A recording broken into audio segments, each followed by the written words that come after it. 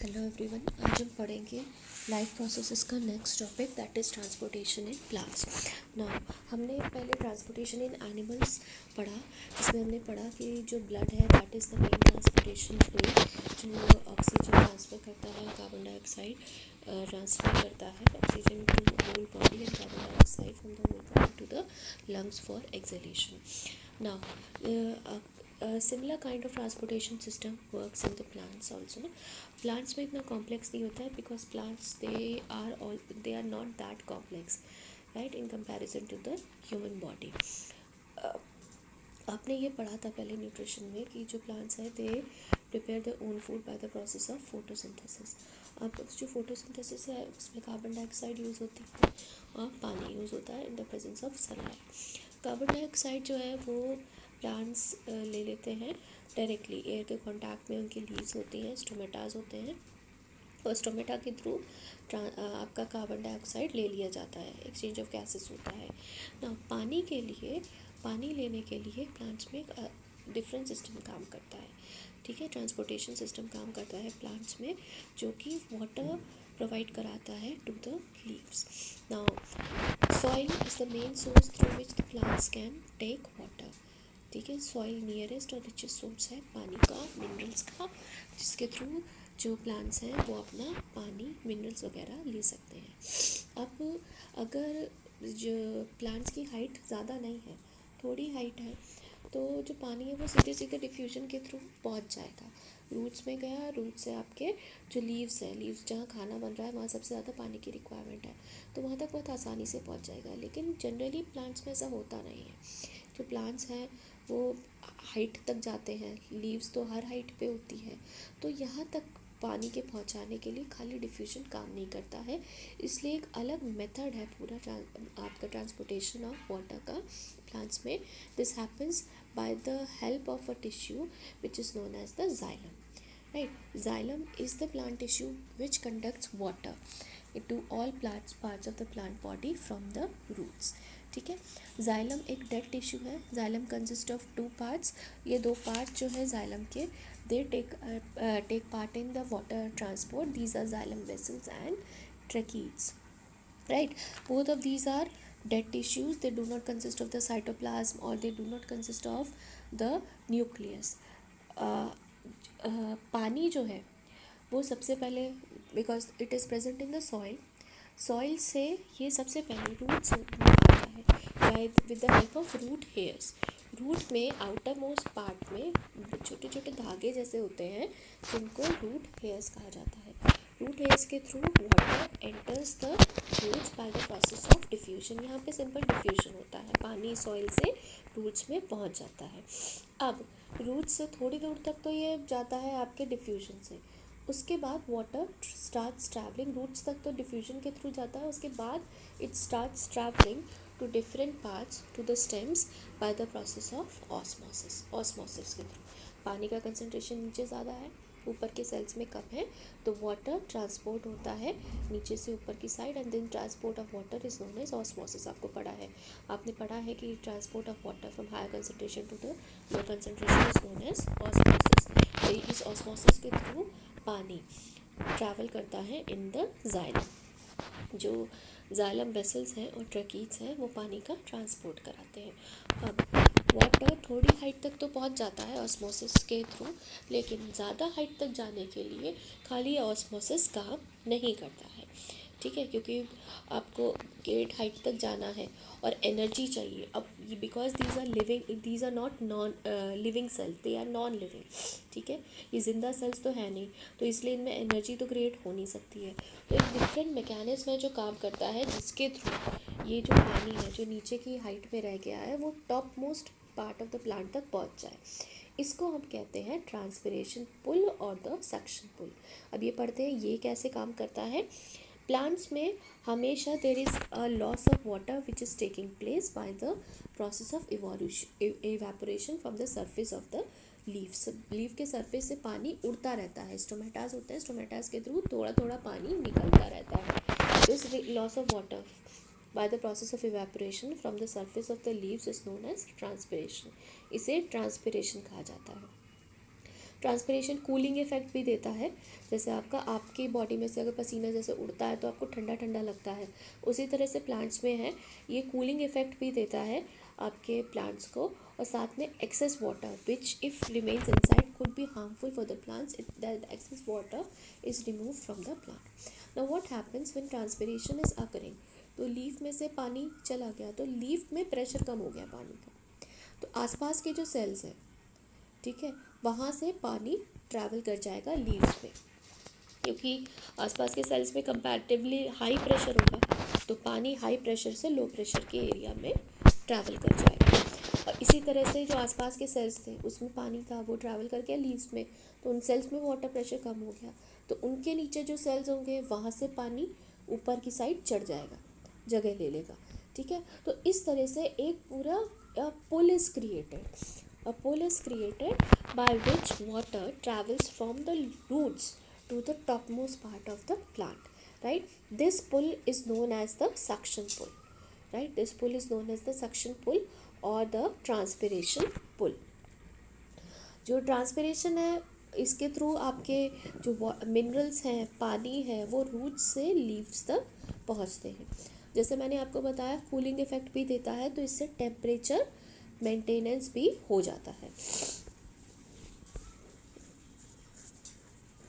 देखिए जो आपका ट्रांसपिरेशन पुल है वो दिन में तो बहुत अच्छे से काम करता है, क्योंकि जो स्टोमेटास हैं, स्टोमेटास खुले रहते हैं, लेकिन नाइट टाइम में जो स्टोमेटा हैं थोड़े से बंद हो जाते हैं, ठीक है, बहुत ज़्यादा नहीं खुले रहते हैं, तो रूट प्रेशर इन जो है वो रूट प्रेशर का इफ़ेक्ट रात में ज़्यादा होता है इन कंपैरिजन टू डे।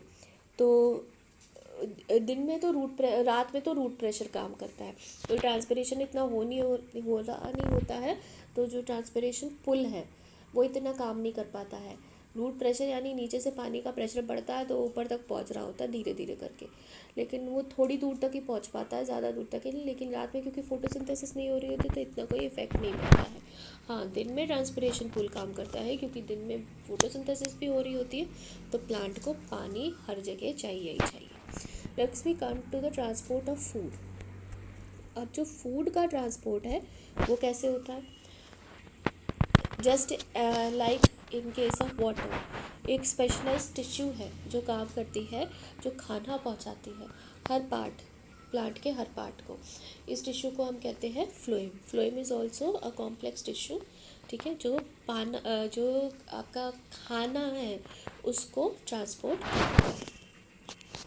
खाना ज़रूरी है हर पार्ट के लिए, प्लांट के हर पार्ट के लिए खाना ज़रूरी है। ऐसा नहीं है कि जो खाना बन रहा है, the food which is prepared by the leaves, वो वहीं के वहीं रह जाता है। It has to be transported to all parts of the plant. The food that is prepared it is in the form of sugar. तो अब ये जो शुगर का ट्रांसपोर्ट है वो कैसे होता है, उसके लिए जो फ्लोएम है, फ्लोएम में भी दो टाइप के सेल्स होते हैं, सीव ट्यूब्स और companion cells. These two work together in transporting food from the leaves to all parts of the plant including the roots। तो इसमें अब खाना कैसे ट्रांसपोर्ट होता है, जो फूड है in the form of sugar, right, starch या शुगर जो है कॉम्प्लेक्स शुगर होती है, वो फूड इसकी फॉर्म में एंटर करता है सीव ट्यूब में। सीव ट्यूब में एंटर करने कंपेनियन सेल इसको एंटर कराता है सीव ट्यूब में, साथ में इसमें थोड़ा सा पानी एंटर कर जाता है बाय द जाइलम। पानी इस खाने में ऑस्मोसिस होता है, क्योंकि अंदर गाढ़ा हो गया है, जो शुगर जब सीव ट्यूब में घुस गई है तो गाढ़ा हो गया है वो, तो इसीलिए पानी नियर बाय एरिया से पानी उसमें एंटर कर जाता है। इसकी वजह से इस पर्टिकुलर सीव ट्यूब में आपका प्रेशर ज़्यादा हो गया। प्रेशर की वजह से ये जो सीव ट्यूब है वो खाने को आगे धक्का देता है।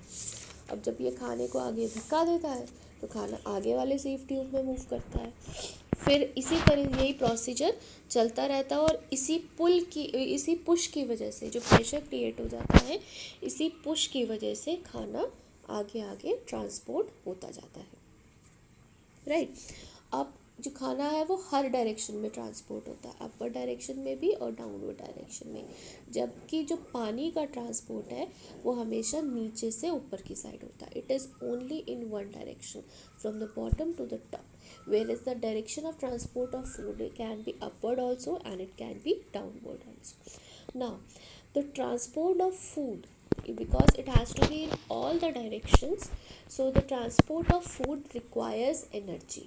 Transport of food requires energy, और ये एनर्जी कहाँ से मिलती है? एटीपी से मिलती है, सिंपल सी बात है, एटीपी से मिलती है। और ये काम कौन करता है? जो आपका शुगर है लीव्स में है, वो लोड होता है सीव ट्यूब में, और इस लोडिंग के लिए एनर्जी यूज़ होती है। जो एनर्जी है वो प्रोवाइड करता है ATP.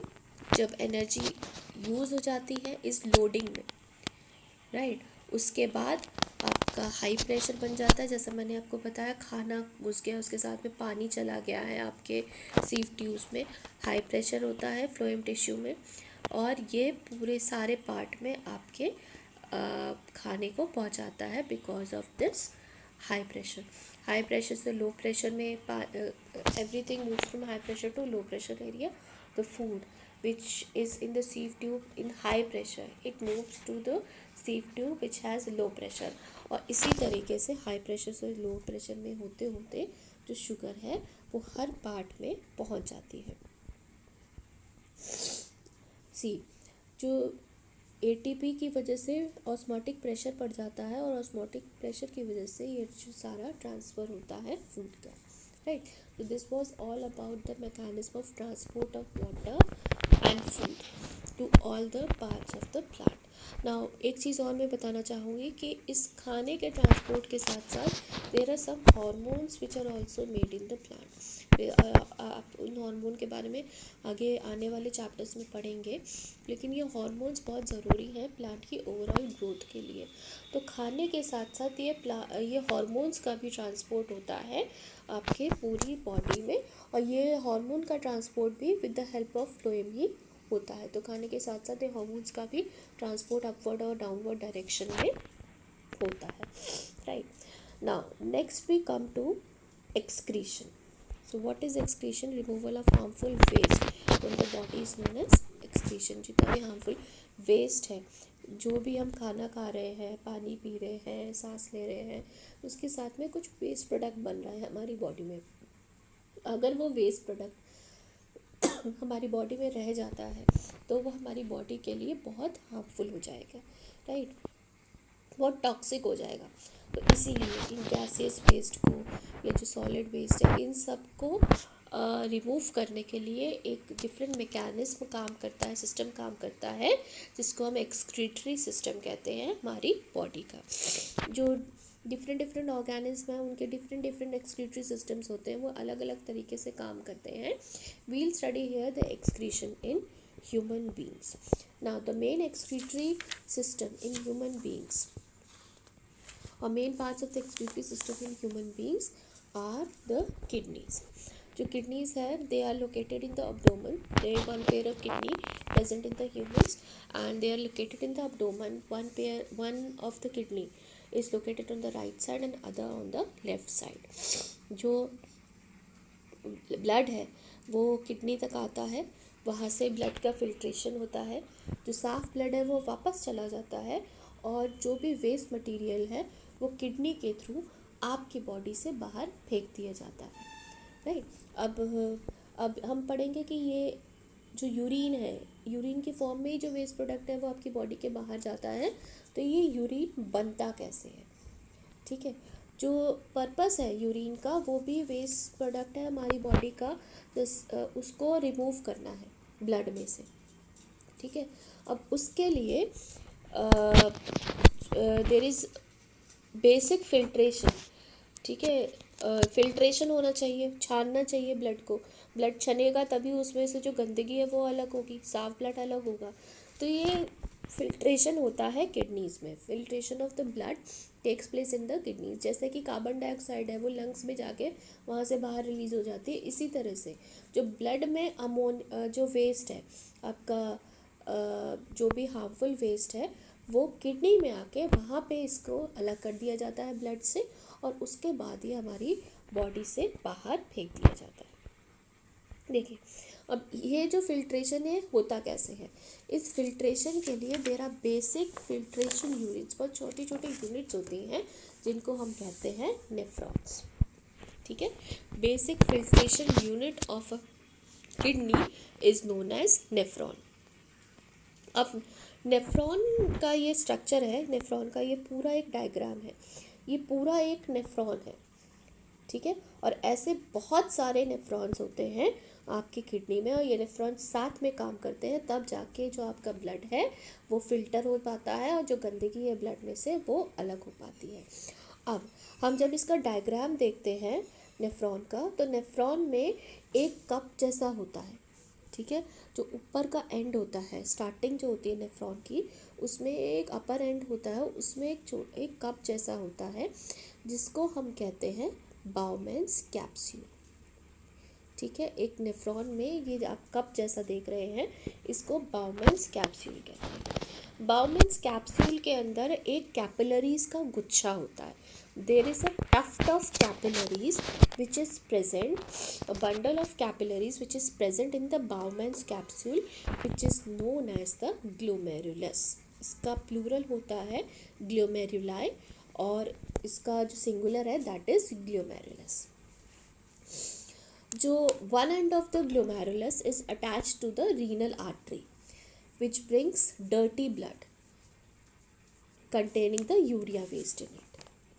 The other end of the glomerulus, it comes out of the Bowman's capsule as a blood capillary, surrounds the tubules of the nephron, and finally joins a renal vein.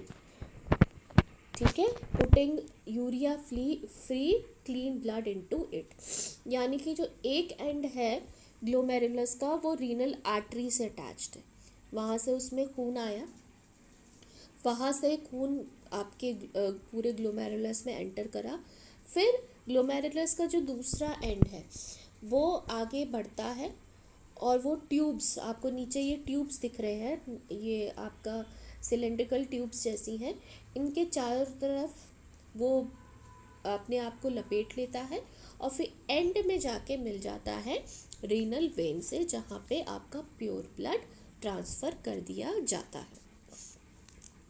Right, जैसे अब only बहुत छोटे छोटे जो molecules हैं, जो glomerulus है, इसमें अल्ट्रा फिल्ट्रेशन होता है, यानी कि बहुत छोटे छोटे छेद होते हैं, इसमें छलनी जैसा होता है, और इसके थ्रू अल्ट्रा फिल्ट्रेशन होता है ब्लड का। जैसे ब्लड आया रीनल आर्टरी से, फिर वो आपके ग्लोमेरुलस में आया, ग्लोमेरुलस में ब्लड का फिल्ट्रेशन होगा। ठीक है, तो बहुत छोटे मॉलिक्यूल्स हैं, जैसे कि अमीनो एसिड्स हुए, आपके ग्लूकोज हुआ, सॉल्ट्स, यूरिया, वाटर, यही सब ग्लोमेरुलस के थ्रू नीचे चले जाते हैं। जो बड़े बड़े बिग प्रोटीन्स होते हैं, दे cannot pass through the glomerulus blood capillaries and hence they remain in the blood. ठीक है, अब इसी के अब क्या होता है, अब यहाँ से आप ये देखेंगे जो ट्यूब्स हैं, इन ट्यूब्स के थ्रू आपका जो फिल्ट्रेशन हुआ है, ऊपर स्टार्टिंग में ब्लड का फिल्ट्रेशन शुरू होता है, जो फिल्ट्रेट है वो नीचे इकट्ठा हो जाता है, फिल्ट्रेट इकट्ठा होता है, और इकट्ठा होकर जो ट्यूब्स से बने हैं, tubular part of the nephron जो लिखा हुआ है, इन ट्यूब्स में ट्रैवल करता है। जब ये ट्यूब्स में ट्रैवल करता है तो आप ये देख रहे हैं कैपिलरीज हैं। ठीक है, नीचे ट्यूब्स के चारों तरफ कैपिलरीज भी हैं, तो इसके थ्रू यहाँ पे एक्सचेंज होता है। अगर एक्सेस सॉल्ट आ गया है तो वो वापस कैपिलरीज में चला जाता है, और अगर एक्सेस पानी आ गया है तो वो वापस कैपिलरीज में चला जाता है। राइट, ग्लूकोज आ गया है, सॉल्ट्स आ गए हैं, ये सारे अमीनो एसिड्स आ गए हैं, ये सारे क्या होते हैं आपके, जब ट्यूब्स में ट्रैवल करते हैं तो इनका अब्जॉर्प्शन हो जाता है, रीअब्जॉर्प्शन हो जाता है, क्योंकि गलती से छन गए हैं। जैसे ग्लूकोज है, वो गलती से छन गया, इतना ग्लूकोज एक्सक्रीशन में नहीं चाहिए। ठीक है, ग्लूकोज हमारी बॉडी को चाहिए, एक्सेस ग्लूकोज हमारी बॉडी में अगर नहीं है और वो आपके फिल्ट्रेशन होके आ गया है तो उसको वापस बॉडी में जाना है, तो क्या होगा, वो रीअब्जॉर्ब हो जाता है। ये कैपिलरीज हैं, ये ट्यूब्स के चारों तरफ लिपटी हुई होती है, क्योंकि कैपिलरीज बहुत थिन वॉल्ड होती है, ट्यूब्स भी थिन वॉल्ड होती है, तो ये एक्सचेंज होता है सॉल्ट्स का, वाटर का reabsorption, this is known as selective reabsorption. ठीक है। कुछ चीज़ों का, जैसे अगर पानी है, पानी अगर बॉडी को रिक्वायर्ड ज़्यादा है तो उसका रीअब्जॉर्प्शन हो जाएगा, ठीक है। इसी तरह से ग्लूकोज है, ग्लूकोज की रिक्वायरमेंट बॉडी को ज़्यादा है तो ग्लूकोज का भी रीअब्जॉर्प्शन हो जाएगा। बाकी जो बचा एक्सक्रीटरी मटेरियल जिसका रीअब्जॉर्प्शन नहीं होता है, वो इन ट्यूब्स के थ्रू ट्रैवल करता है। थोड़ा तो पानी जाता ही जाता है, साथ में यूरिया, ठीक है। हमारी बॉडी में जो वेस्ट है वो बनता है in the form of urea, right. We are ureotelic animals, तो हमारी बॉडी का जो वेस्ट प्रोडक्ट है जो बाहर जाता है, it is in the form of urea. Urea requires water for excretion, ठीक है। यूरिया ऐसे ही हमारी बॉडी के बाहर नहीं जा सकता, वो पानी में घुल के ही जा सकता है। तो थोड़ा पानी तो रिक्वायर्ड होता है यूरिया को हमारी बॉडी से बाहर करने के लिए। तो ये जितना पानी यूरिया के लिए रिक्वायर्ड होता है उतना पानी रहता है इन ट्यूब्स में, और ये धीरे धीरे ट्रैवल करके कलेक्टिंग डक्ट में जाते हैं। ये सारी कलेक्टिंग डक्ट मिलके यूरेटर में जाती है, जो मैंने आपको ये देखी यहाँ से किडनी है, किडनी से ये आपका यूरेटर निकल रहा है, यूरेटर में जाती है। यूरेटर, दोनों साइड से यूरेटर्स आते हैं। कलेक्टिंग डक्ट जो होती है वो मिलके जितना भी यूरिया है अलॉन्ग विद वाटर वो सारा यूरेटर में पहुंचाती है। यूरेटर के थ्रू ये ट्रांसफ़र होता है आपके यूरिनरी ब्लैडर में, ठीक है। और यूरिनरी ब्लैडर में ये आपके स्टोर होता रहता है। उसके बाद जब ये एक हद तक स्टोर हो जाता है, then it is released out of the body with the help of urethra, right. So water, it is excreted out of the body, and there is urea which is present in the water, which is excreted out of the body by this process of excretion. Question ये आता है कि which nutrient other than water, which nutrient is reabsorbed during the filtration in the nephrons? So the answer is glucose, ठीक है। Glucose का reabsorption होता है, और उसके अलावा एक्सेस अगर पानी है, पानी की रिक्वायरमेंट ज़्यादा है तो उसका रीअब्जॉर्प्शन होता है। जैसे आपने देखा होगा गर्मियों में हमारा जो यूरिन है वो डार्क येलो कलर का होता है, ठीक है। और वो कम फ्रीक्वेंट यूरिनेशन नहीं होता है, डार्क येलो कलर का हमारा यूरिन हो जाता है। अब ये इसीलिए होता है क्योंकि हम गर्मियों में हमारी बॉडी में ऑलरेडी एक तो इवेपोरेशन हो रहा है बिकॉज ऑफ पर्सपिरेशन, पसीना आता है तो बॉडी में से ऑलरेडी पानी जा रहा होता है, तो पानी की रिक्वायरमेंट बॉडी को ज़्यादा होती है।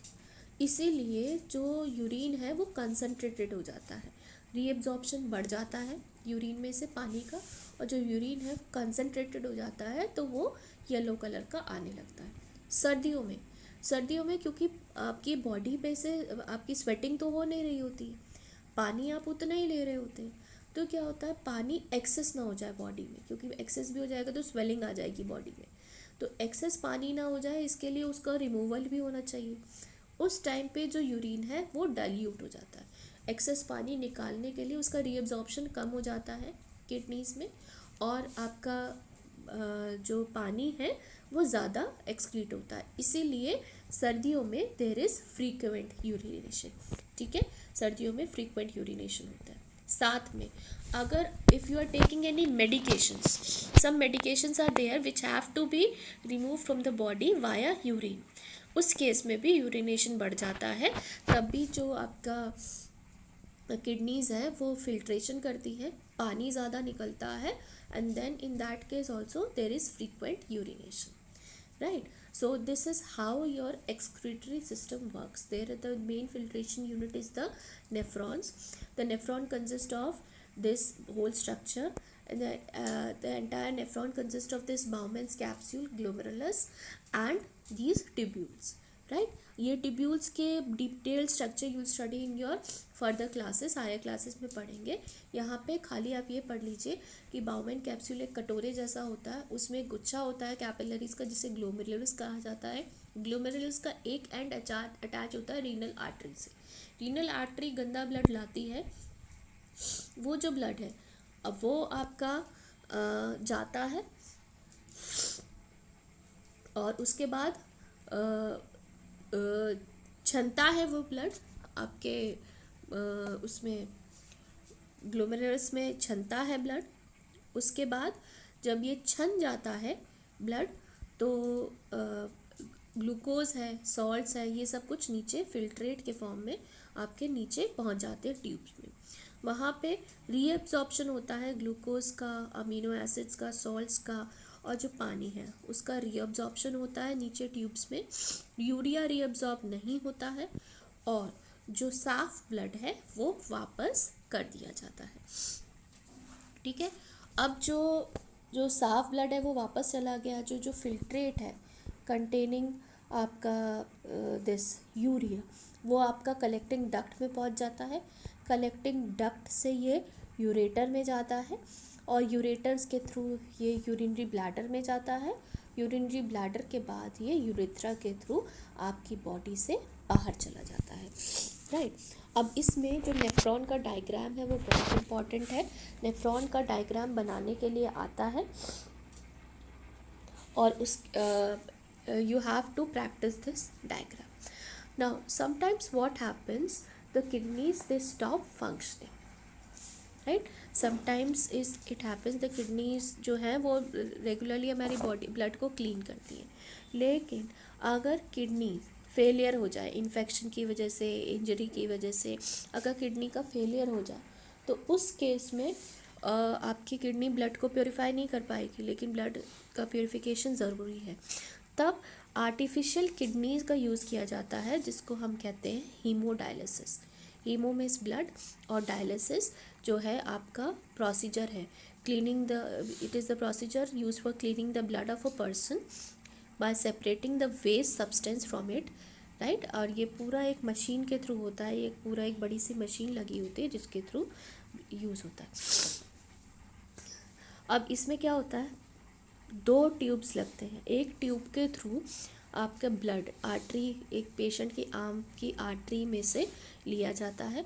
डायलिसिस मशीन होती है, डायलिसिस मशीन्स में ये ऐसे कॉइल्स होते हैं, लॉन्ग ट्यूब्स लगे हुए होते हैं जो सेलेक्टिवली परमेएबल मेम्ब्रेन के बने होते हैं, the same membrane of which are blood capillaries and vessels are made up. ठीक है, और कॉइलिंग होती है और ये इसमें एक सोल्यूशन भरा हुआ होता है, मेम्ब्रेन के अंदर बीच में एक सोल्यूशन भरा हुआ होता है।